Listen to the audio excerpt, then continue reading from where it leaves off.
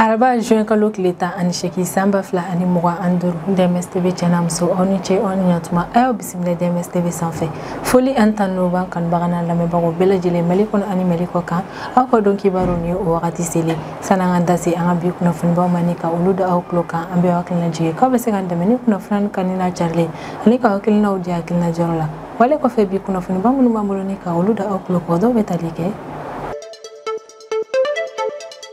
Tenente mene juin kalo kileta ani woro samba fla ani muga anduru Bamako tribunal de commerce anka Mali autorité ale ni bari walga affaire komi yɛrɛ kɔni kun bɛ ale ɲama ni o affaire in bɛ tali kɛ lulo kungoto min ka o bila administration provisoire dɔ yɛrɛ kɔni bolo la fɔlɔ yani Mali autorité ni bari gol yɛrɛ kɔni ka fɔ ɲɔgɔn ye ka se ka ɲɛnabɔ a yɛrɛ la k'a fɔ ko Bamako tribunal de commerce ma olu ka décision ta u ye yamaruya yɛrɛ kɔni di Mali autorité ma komi ye lulo kungoto min yɛrɛ kɔni ko nin bɛ se ka bila administration provisoire la yani ani bari gol yɛrɛ kɔni ka fɔ ɲɔgɔn ka se ka ɲɛnabɔ o jaabi yɛrɛ kɔni bɔlen min ye barigol ma o y'a yira k'a fɔ ko jaabi ma diya u ye o k'olu kun de kɔnɔna barigol ma kɔni laseli kɛ k'u kun taara plainte min tigɛ Mali état ma o kama Centre international pour le règlement des différends relatifs aux investissements n'o ye CIRD ma o ye k'u kun taara plainte min yɛrɛ kɔni déposé ni yɔrɔ kofɔlen na Mali autorité ma o kama k'u bɛna continuer ni u ka o plainte k'u yɛrɛ kɔni k'u bɛ fɛɛrɛ bɛɛ lajɛlen yɛrɛ kɔni latigɛ walasa CIRD ma olu ka se ka kiiri tigɛ olu ni Mali autorité ni ɲɔgɔn cɛla la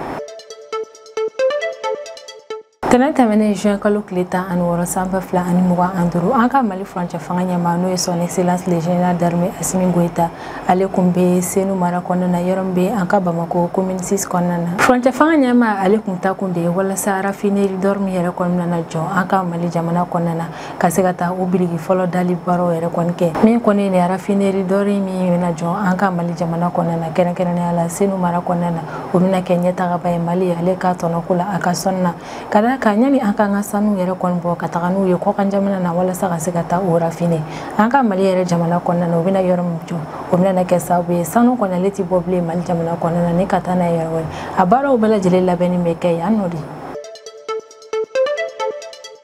Direction générale des élections mi yɛrɛ kɔnɔna na sigi sen ka Guinée Conakry jamana kɔnɔna na o kɛra sababu ye ne ka na ni fɔɲɔgɔnbaw ye Guinée pouvoir maaw ale ni opposition maaw ni ɲɔgɔn cɛ la ka da ka général Mamadi Doumbia ale ye laseli kɛ don tɛmɛnenw na k'o bɛna direction générale des élections dɔ yɛrɛ kɔni sigi sen kan walasa Guinée Conakry jamana kɔnɔna na ko référendum min bɛna kɛ septembre kalo tile 21 nata in na ni direction ma ninnu ka baara bɛna kɛ ka o élection yɛrɛ de kɔni labɛn nka min yɛrɛ kɔni Guinée Conakry opposition maaw y'a yira k'a fɔ ko hakilina ye man di olu ye ka da kan ko ni direction yɛrɛ kɔni sigira sen kan autoritéw yɛrɛ fɛ k'u bɛna na ɲagami don référendum in na ko ɲan'u kana na taa wari yɛrɛ kɔni lacɛ ka direction in sigi sen kan ka élection labɛn opposition maa dɔ y'a yira k'a fɔ k'u ka kɛ Mali walima Niger yɛrɛ kɔni tɛ u ka kɛ u kana na élection yɛrɛ kɔni kɛ ka da kan k'olu bɛɛ b'a dɔn k'a fɔ Guinée Conakry kɔnɔna na n'u nana élection yɛrɛ kɔni kɛ élection in jaabi yɛrɛ kɔni dɔnnen don ka ban o yɛrɛ de kɔnɔ u kana na taa wari yɛrɛ kɔni lacɛ jamana kun u ka kɛ Mali walima Niger ta de min ye élection ko u k'o kuma bila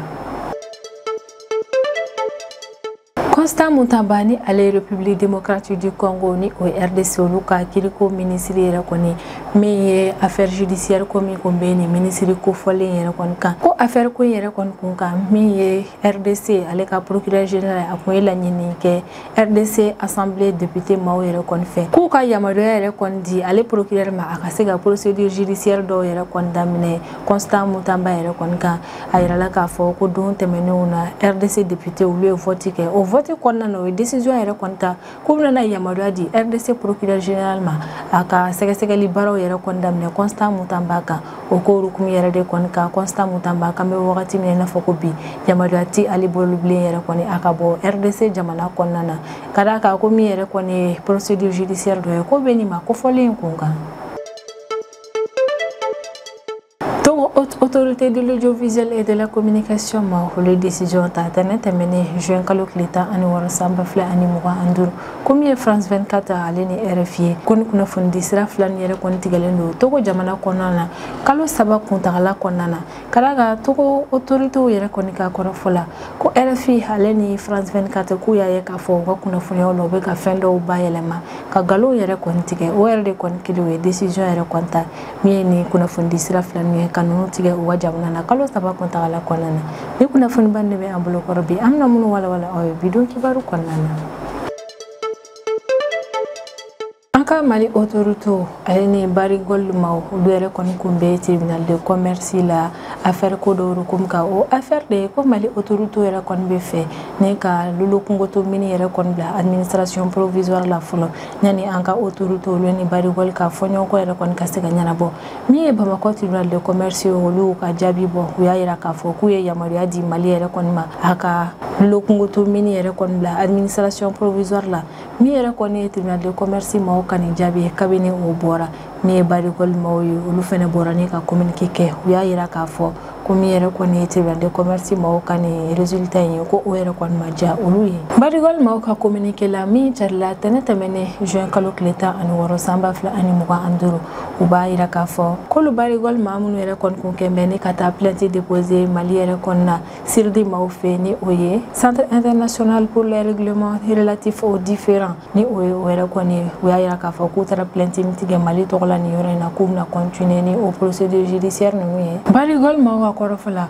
kolu kan décision yere kon bena o ya soro ko chama temena uli Mali autorité nyon chala o ko do yere kon ni jume anga Mali autorité ku kemene ka ulu barigol ma yere kon ka sanu boli yere kon baraw jo mi fene barigol ma ka san ton akaya do ko fene milembe anga Mali autorité fe fo ta se barigol ale ka barakala do ma ko Mali kemene ka ulu fene mineka udatu barigol ma ko rafala ko Mali autorité kele fleni kani ke wali munu ke ulu yere kon na ko lu bolo yere kon ni Mali mangata ni kono ke ulla kadaka ko kunwere konti ala o ya ira ka fo ko mi yere koni anka Mali autorité ke menika ulu barigol ma ka barakala munu menika udatu barigol ma ya ira ka fo ko ko inke menika ulu la siran ko sebe karaga barigol ma yere kon ka ko fula ko jenyo gambe ulu ni Mali yere kon ni nyon chala abe sancha mambo ya ko yere kon bo o wakati jan jenyo yan yere kon kama ulu bulo Mali autorité mangate ka ulu ka barakala menika adatu kadaka Mali autorité wale ni barigol ma udana yere kon ka ngate uni nyon chala la barigol ma ko ni ira ka fo kal na soro ni ko ban mbela jene temena uni Mali autorité ma nyon chala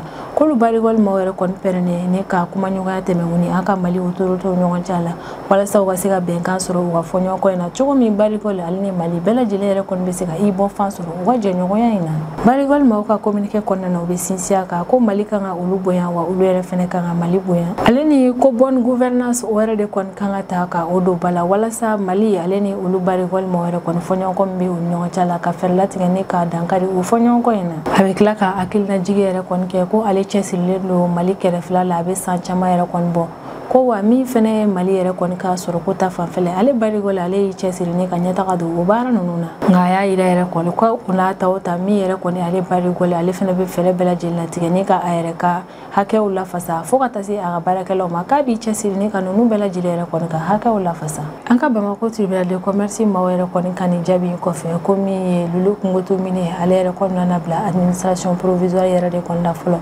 mami yere kon na bla o administration provisoire nyamogala ode ni o sumana magaje ayira la ka fo ko mi lulu kungoto mini o bla la administration provisoire mi yere kon ka ko o ko nyamoga be sumana magaje yere de kon bolo sumana magaji ale kone anka Mali jamana kono de anka kena ko ministre ko fene do sumana magaji ale expert comptable fene mami yere ko de barigol mawliya ira ka fo kutna na ko yere kon to tanto ko alisa umna continuer kamali yere kon pour sisir di yere kon na ngobe sinsia ka fene ko alisa u chesile no fene kuma nyo ya katame uni anka Mali autorité nyon chala wala sa ka sika ben kan soro ga fonyo ko ina nganyani o yere kon chemi lulu kungoto mini halebe administration provisoire yere de kon ka bolo kan folo tenete mene juin kalo klita ani woro samba fla ani muga anduru anka Mali France fanga nyama no son excellence le général d'armée Assimi Goïta ale kumbe senu mara konna na yorombe anka Bamako commune 6 konna na France fanga nyama ale kwantara ni yoro ko fole na wala sara fineri dormi mina jo anka Mali jamana konna na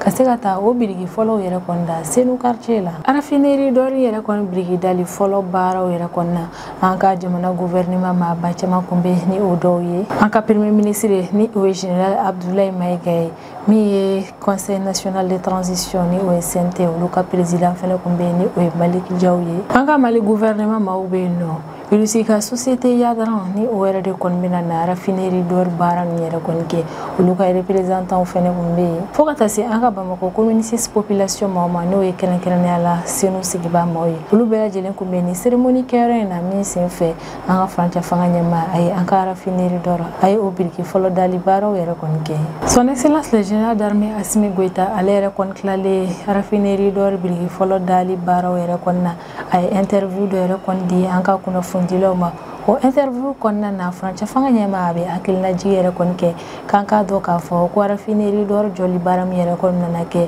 o ye an ka Mali jamana kɔnɔdenw ale ni Mali autorités ka laɲiniba dɔ de ko wa an kana ɲinɛ fɛnɛ k'a fɔ ko ni laɲini yɛrɛ kɔni bɔra an ka assise nationale de la refondation baaraw yɛrɛ de kɔnɔna min kɔnɔna na Mali jamana kɔnɔdenw y'a yira k'a fɔ k'u bɛ fɛ an ka Mali autorités ka fɛɛrɛ bɛɛ lajɛlen latigɛ walasa an ka dugu jukɔrɔ nafolo jamana kɔnɔdenw olu ka se ka o tɔnɔw bɔ ko o ko hukumu yɛrɛ de kɔni kɔnɔna na an ka autorités bɛ ka fɛɛrɛ bɛɛ lajɛlen latigɛ walasa an ka dugu jukɔrɔ nafolo Mali jamana kɔnɔdenw ka se ka a tɔnɔ bɔ ko raffinerie dɔ min yɛrɛ kɔni bɛna na jɔ an ka Mali jamana kɔnɔna na ale ka capacité yɛrɛ kɔni san kelen kɔnɔna na a bɛ se ka 100 tonnes 200 a bɛ se ka o de raffiner a bɛna kɛ sababu ni an ka Mali jamana kɔnɔna na a ma se bilen ni sanu bɔra an ka ta ka taa n'u ye kɔ ka jamanaw kan walasa ka se ka taa a raffiner a baaraw bɛɛ lajɛlen bɛna kɛ an ka Mali jamana kɔnɔna na sisan ni yɔrɔ in jɔli bɛna kɛ sababu ye ni san caman kuntagala kɔnɔna na Mali b'a ka sanu yɛrɛ kɔni bɔ ni ka taa n'a ye kɔ kan jamanaw kan walasa ka se ka taa a raffiner ni yɔrɔ in jɔli bɛna kɛ sababu ye ni ka dankari o baara ninnu bɛɛ lajɛlen na jamana ɲɛmaa bɛ tila ka hakilinajigi yɛrɛ kɔni kɛ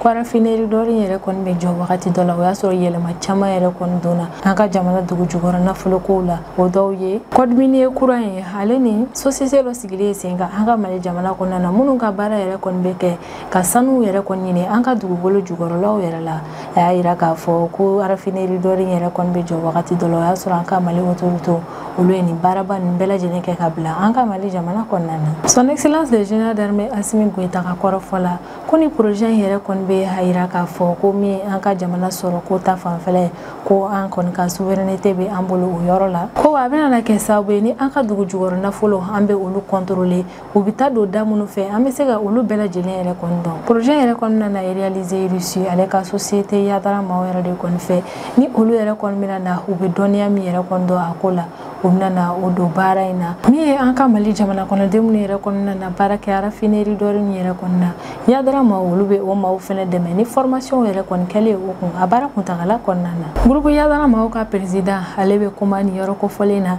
a yira k'a fɔ ko raffinerie dɔ min bɛna jɔ olu yɛrɛ kɔni fɛ ko o ye fɛn ye min yɛrɛ kɔni tɛ usine dɔrɔn ye ko ni fɛn yɛrɛ kɔni jɔli bɛna kɛ sababu ye ni ka an ka Mali ka sɔrɔ ko sankɔrɔta kosɛbɛ ko wa ko in ye coopération ye Mali ale ni Russie ni ɲɔgɔn cɛ la coopération min kɔnɔna na jamana fila ninnu bɛɛ lajɛlen yɛrɛ kɔni bɛ yen u ka bɔ fan sɔrɔ a la commune 6 mairie maaw ka secrétaire général ni o ye madame Kulibali Salimata Traoré ale kun bɛ ni yɔrɔ kofɔlen na a y'a yira k'a fɔ ko raffinerie dɔ min bɛna jɔ Senu mara kɔnɔna na ko yɛrɛ kɔnɔna min ye Senu sifinnakaw ye olu bɛ se ka u jigi da o ko kan ka d'a kan ko ni fɛn yɛrɛ kɔni ye jigida fɛn a bɛna kɛ sababu ye ka baara dayɛlɛ Senu sifinnakaw ye min ye formation ye u bɛ se ka garisɛgɛ olu la maa minnu fɛnɛ bɛ feere yɛrɛ kɔni kɛ Senu fanfɛla in na olu fɛnɛ b'u ka sɔrɔtaw sɔrɔ fo ka taa se mairie maaw ma olu fɛnɛ yɛrɛ kɔni bɛ dɔ fara u ka recettew kan ni raffinerie dɔ yɛrɛ kɔni jɔli Senu localité la ni an ka Mali minico ministre ni o ye Amadou Keita ye ale fɛnɛ bɛ kuma ni yɔrɔ kofɔlen na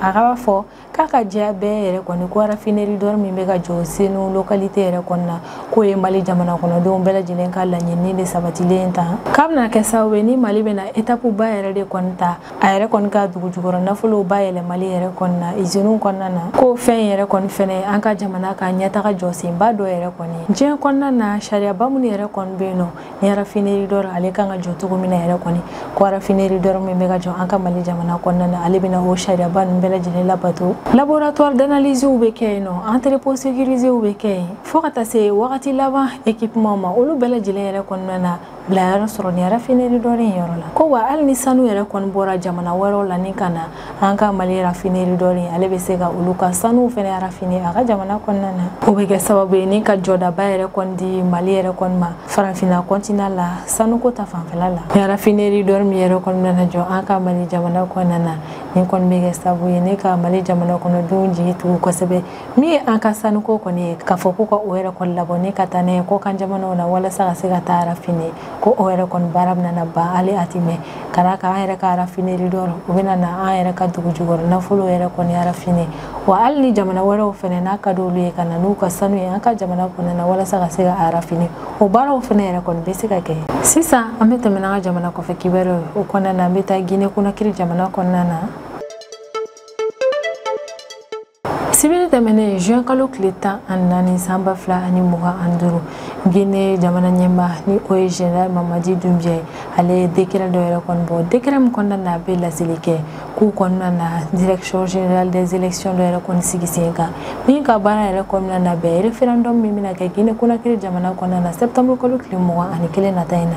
ni direction générale ma olu ka baara bɛna kɛ ka o référendum labɛnni baaraw yɛrɛ de kɔni kɛ Guinée Conakry jamana kɔnɔna na Guinée Conakry maaw bɛna référendum min yɛrɛ kɔni kɛ o kɛ kun de ye walasa ka se ka vote kɛ sariya sunba falenni yɛrɛ kɔnɔna min ye Guinée Conakry jamana kɔnɔna na de kan min yɛrɛ kɔni ye général Mamadi Doumbia ye ale ka nin décret in kɛra sababu ye ne ka na ni kuma caman yɛrɛ kɔni Guinée Conakry jamana kɔnɔna na ni direction générale des élections min yɛrɛ kɔnɔna na sigi sen kan Guinée Conakry jamana kɔnɔna na ko o yɛrɛ kɔni bɛna bila Guinée Conakry ministre de l'administration territoriale yɛrɛ de kɔni ka bolo kan décret in kɔnɔna na général Mamadi Doumbia ale b'a walawala ko direction in yɛrɛ kɔni ka baara bɛna kɛ min ye o de ye élection politique mun bɛ kɛ Guinée Conakry jamana kɔnɔna na a bɛ olu labɛn fo ka taa se référendum min fɛnɛ bɛna kɛ Guinée Conakry jamana kɔnɔna na direction générale des élections ma olu ka baara bɛna kɛ ni fɛnba fila ninnu labɛnnen de ye o fɛnɛ tɛmɛlen kɔfɛ fichier électoral biométrique direction générale des élections ma o ka baara bɛna kɛ o réviseli ale ni ka o fichier ninnu bɛɛ lajɛlen labɛn cogo min kalata ɲumanw bɛ se ka kɛ ni kalata bɛna kɛ Guinée Conakry jamana yɛrɛ kɔni kɔnɔna na force spéciale dɔw bɛna sigi sen kan kɛrɛnkɛrɛnnenya la minnu ka baara yɛrɛ kɔnɔna kɛ ka kalata in yɛrɛ kɔni baaraw lakana a yɛrɛ k'a fɔ ko direction générale des élections olu sen bɛna don o force spéciale in yɛrɛ kɔni sigilen sen kan o baaraw la direction générale des élections bɛna sigi sen kan ale yɛrɛ kɔnɔna diriger directeur général dɔ fɛ o directeur général o fɛnɛ yɛrɛ kɔni bɛ sugandi jamana ɲɛmaa de fɛ décret présidentiel dɔ senfɛ avril kalo daminɛ wagati Guinée Conakry furancɛ fanga ɲɛmaaw yɛrɛ kɔni ye laseli kɛ ko septembre kalo tile 21 nata in na san 2025 ko référendum bɛna kɛ Guinée Conakry jamana kɔnɔna na walasa u ka se ka constitution kura yɛrɛ kɔni lana jamana kɔnɔna na mais kalo camancɛ wagati min yɛrɛ kɔni Guinée Conakry premier ministre ni o ye Amadou Ouri Ba ye ale kɔni ye laseli kɛ ko u bɛna fɛɛrɛ bɛɛ lajɛlen yɛrɛ kɔni latigɛ walasa ka se ka kalataw yɛrɛ kɔni labɛn Guinée Conakry jamana kɔnɔna na décembre kalo nata in na kabini Guinée Conakry autorité maaw yɛrɛ kɔni ni laseli in kɛ ni yɛrɛ kɔni autorité maaw kanubaga olu bɛɛ lajɛlen y'a yira k'a fɔ k'u ka laɲini de général Mamadi Doumbia ni ale yɛrɛ kɔni Guinée furancɛ fanga ɲɛmaa ye k'ale yɛrɛ kɔni ka kɛ candidat ye kalata nata in na min bɛna kɛ décembre kalo yɛrɛ kɔni na Guinée Conakry jamana kɔnɔna na monsieur Mohamed Traoré ni ale ye Guinée Conakry yɛrɛ kɔni ka bato ni kɔrɔ dɔ ye kabini Guinée autorité maaw yɛrɛ kɔni u ka ni laseli yɛrɛ kɔni kɛ kalata ko hukumu kan ni bato ni ale yɛrɛ kɔni bɛ jaabili kɛ ni ka ɲɛsin o ma a ka kɔrɔfɔ la ko coup d'état tɛmɛnen Guinée Conakry jamana kɔnɔna na ka wagati dɔ yɛrɛ kɔni kɛ ko Guinée Conakry autorité maaw olu kun ye charte de transition dɔ yɛrɛ kɔni ta o charte in kɔnɔna na Guinée Conakry furancɛ fanga ɲɛmaa gouvernement maaw fo ka taa se responsable républicain ma ko yamaruya tɛ ninnu si yɛrɛ kɔni bolo ni ka kɛ candidat ye Guinée Conakry kalata la ko nka ko Guinée Conakry autorité maaw yɛrɛ kɔni bɛ fɛ ka constitution kura min sigi sen kan k'u bɛ fɛ ka o yɛrɛ kɔni kɛ walasa ka se ka na o fɛn yɛrɛ de kɔni falen jamana constitution kɔnɔna na cogo min yɛrɛ kɔni ye jamana ɲɛmaa ye ale ka se ka i sen don kalata baaraw la monsieur Mohamed Traoré ka kɔrɔfɔ yɛrɛ kɔni na ko ka ko in daminɛ a duguma fo ka taa bila a sanfɛla yɛrɛ kɔni na i b'a bɛɛ lajɛlen faamu ko administration publique min sigilen don sen kan o yɛrɛ kɔni kɛn bɛ politique administration ye ko administrateur minnu yɛrɛ kɔni bɛɛ lajɛlen y'a yira k'a fɔ ko u bɛ général Mamadi Doumbia ka candidature ko yɛrɛ kɔni kalata la k'u bɛ o ko in jukɔrɔma don ko ka o maa ninnu yɛrɛ kɔni ta ka taa olu bila Guinée Conakry yɛrɛ kɔni ka nin kalata baara ninnu yɛrɛ kɔni ɲɛmɔgɔya la ko depuis ni o yɔrɔ in na i bɛ ko in bɛɛ lajɛlen yɛrɛ faamu ko n'a fɔra fɛnɛ k'u bɛna direction min yɛrɛ kɔni sigi sen kan ko o direction ka baara bɛna kɛ kalataw labɛnni ko k'a fɔ ko direction yɛrɛ kɔni fɛnɛ bɛna bila ministre de l'administration territoriale de ka yamaruya kan ko depuis o yɔrɔ la i b'a faamu k'a fɔ yɛrɛ kɔni ko in bɛna na datugu ka sɔrɔ hali a ma datugu fɔlɔ yɛrɛ ko n'a sera nin yɔrɔ in yɛrɛ kɔni ma a kan ɲuman ye min ye o b'a kɛ Mali walima ni Niger yɛrɛ kɔni ta ye min ye élection ko ye wa o ko yɛrɛ kɔni to yen nɔ ka d'a kan a ma se kalata yɛrɛ kɔni ka kɛ bɛɛ lajɛlen bɛ kalata in jaabi yɛrɛ kɔni dɔn ka ban. Union démocratique pour le renouveau et le progrès ni o yɛrɛ kɔni ye parti politique ye Guinée Conakry jamana kɔnɔna na olu ka ɲɛmaa ni o ye Eduardo Zutomu ye ale kɔni bɛ critique kɛ a y'a yira k'a fɔ ko Guinée Conakry autorité mɔgɔ yɛrɛ kɔni bɛ ka min kɛ ko b'i n'a fɔ u bɛ ka fanga yɛrɛ kɔni minɛ ne ka a to o kelen de bolo k'ale yɛrɛ kɔni bolo Guinée Conakry jamana kɔnɔna na u ka kalata ko kuma in yɛrɛ kɔni de bila ka bɔ yen nɔ siɲɛ kelen ko bɛɛ lajɛlen yɛrɛ kɔni b'a dɔn k'a fɔ ko Guinée autorité b'aw yɛrɛ kɔnɔna na direction générale des élections yɛrɛ kɔni sigi sen kan ko kɔni ye Guinée autorité mɔgɔ yɛrɛ kɔni ka manœuvre dɔw dɔrɔn de ye walasa ka se ka u yɛrɛ minɛlen to ka to fanga yɛrɛ kɔni na yɛrɛ kɔni ye Guinée Conakry opposition ma o bɛɛ lajɛlen kɔni y'a yira k'a fɔ ko Guinée autorité mɔgɔ yɛrɛ kɔnɔna na min kɛ k'u bɛ ka dabɔ a kama de u bɛ fɛ ka u yɛrɛ minɛlen to fanga yɛrɛ kɔni na ko hali u k'a kɛ Mali ale ni Niger ta yɛrɛ kɔni u ka kalata ko kuma in yɛrɛ kɔni bila ka d'a kan a ma se kalata yɛrɛ kɔni ka kɛ kalata ma kɛ fɔlɔ nka kalata jaabi yɛrɛ kɔni dɔnnen don bɛɛ lajɛlen fɛ nka min ye Guinée autorité mɔgɔ yɛrɛ kɔni olu y'a yira k'a fɔ ko u kɔni ka laɲini tɛ nin ye u bɛ fɛ ka fɛɛrɛ bɛɛ lajɛlen yɛrɛ kɔni latigɛ ni ka kalata basigilen ale ni kalata jɛlen yɛrɛ de kɔni labɛn Guinée Conakry jamana kɔnɔna na. République démocratique du Congo ni o RDC olu ka kiriko ministre ni o Constant Mutamba yɛrɛ kɔni ko ni ma ko fɔlen yamaruyati a bolo bilen a ka bɔ RDC jamana yɛrɛ kɔni kɔnɔna na ka d'a kan ko sɛgɛsɛgɛli baara dɔw yɛrɛ kɔni bɛ kiriko ministre kan k'a bɛ ka bisiya k'a fɔ ko kiriko ministre a ye foroba nafolo yɛrɛ de kɔni fɛ wagati tɛmɛnenw na. République démocratique du Congo maaw ka cour de cassation procureur général ale yɛrɛ kɔni ni laseli in kɛ tɛnɛ tɛmɛnen de juin kalo tile 16 san 2025 ko sɛgɛsɛgɛli baara dɔw yɛrɛ kɔni bɛ Constant Mutamba kan ko hukumu yɛrɛ de kɔni kɔnɔna na a bɛ a lase Constant Mutamba yɛrɛ kɔni ma ko yamaruya foyi tɛ a bolo bilen ni ka bɔ Kinshasa mara kɔnɔna na. RDC ka cour de cassation procureur général ale kɔni bɛ nin décision in ta o y'a sɔrɔ ka kɔn o ɲɛ kɛrɛnkɛrɛnnenya la kari tɛmɛnen juin kalo tile 15 san 2025 RDC député olu tun bɛ vote ba dɔ yɛrɛ kɔni na Assemblée nationale la o vote ko hukumu yɛrɛ de kɔni kɔnɔna na a kun laɲininen don RDC député yɛrɛ kɔni fɛ k'u ka yamaruya yɛrɛ kɔni di RDC procureur général ma walasa a ka se ka procédure judiciaire daminɛ Constant Mutamba kan vote in a yirala k'a fɔ ko député 363 yɛrɛ de kɔni kun kan ka vote o député 363 in na député 322 olu bɛɛ lajɛlen kɔni y'a yira k'a fɔ k'u sɔnna ma ko procédure judiciaire ka daminɛ Constant Mutamba kan nka député 22 olu y'a yira k'a fɔ k'u tɛ sɔn yamaruya yɛrɛ kɔni ka di procureur général ma a ka procédure judiciaire daminɛ Constant Mutamba kan fo ka taa se député 12 ma olu yɛrɛ kɔni u yɛrɛ minɛ vote yɛrɛ kɔni na ni décision ko in ta fanfɛla la komi député minnu yɛrɛ kɔni u kan di ko ka procédure judiciaire daminɛ Constant Mutamba kan olu yɛrɛ de kɔni ka ca o de la immunité parlementaire min yɛrɛ kɔni kun bɛ Constant Mutamba kan o wulila ka bɔ a kan o de la procureur général ale bɛ se ka a ka sɛgɛsɛgɛli baaraw daminɛ ni ma ko fɔlen in kan Constant Mutamba ale accusé don fɛn min na o de ye ko san 2025 avril kalo la k'a ye dollar wari $10,9 yɛrɛ de kɔni di société Zion construction maaw yɛrɛ kɔni ma projet dɔ yɛrɛ kɔni na min kɔnɔna na kaso dɔ yɛrɛ de kɔni kun bɛ ka jɔ Kinzangani mara yɛrɛ de kɔni kɔnɔna na ni nin yɛrɛ kɔfɔlen bɛ